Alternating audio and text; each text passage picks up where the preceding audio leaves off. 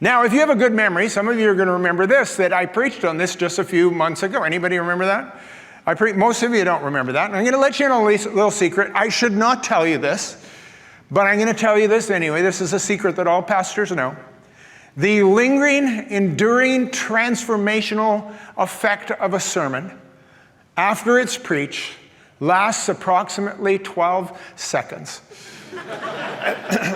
Normally, after people leave the door, that's about how long they remember it. And if you think I'm joking, like I said, I shouldn't have told you this, but it's kind of true. I have literally had people come up to me at the door as they're heading out into the parking lot, and they've said to me, Pastor Mark, that was a great message. To which I'll say, well, what part really spoke to you? And they said, well, I don't remember any of the specifics, really.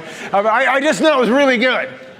And then they walk out the door, and I think to myself, in a very self-satisfied way, another life changed. I'm realistic about this. I know it goes on. And so we know we're going to have to take a little time on this.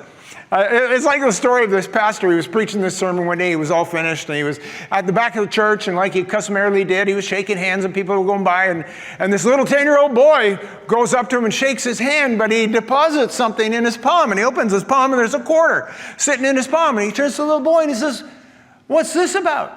He says, I'm just trying to do my part, because my daddy says you're the poorest preacher he ever heard. So anyway, this part of the story is true. It's super funny. So I was in Regina, Saskatchewan, and I was going there once a year, and I was preaching there, and I told that joke. I told that story. And so then at the end of the service, I was shaking hands at the back of the room, and no joke, a 10-year-old kid comes and slips me 25 cents. And I laughed, and I pointed at him. I said, you smarty, and we had a good laugh about it. A year later, I was back. He's now 11 years old. And I don't recognize him. And he comes up to me. I wasn't talking. I never mentioned it this time. And he comes up to me and he slips me a quarter again. And I looked and I laughed. I said, oh, I remember you from last year. So that was when he was 11. A year later, I'm back. I've forgotten again. He slips me another quarter. A year later, he's 13. He slips me another quarter. When he was 14, this is the 5th time in a row, he's 14 and I see him coming. He's older, he's bigger, but I know who this little rascal is. And he comes up to me with this smile on his face and he slaps my palm like this.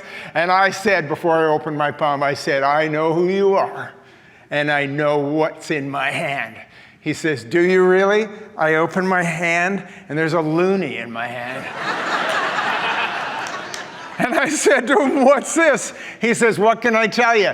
You're getting better.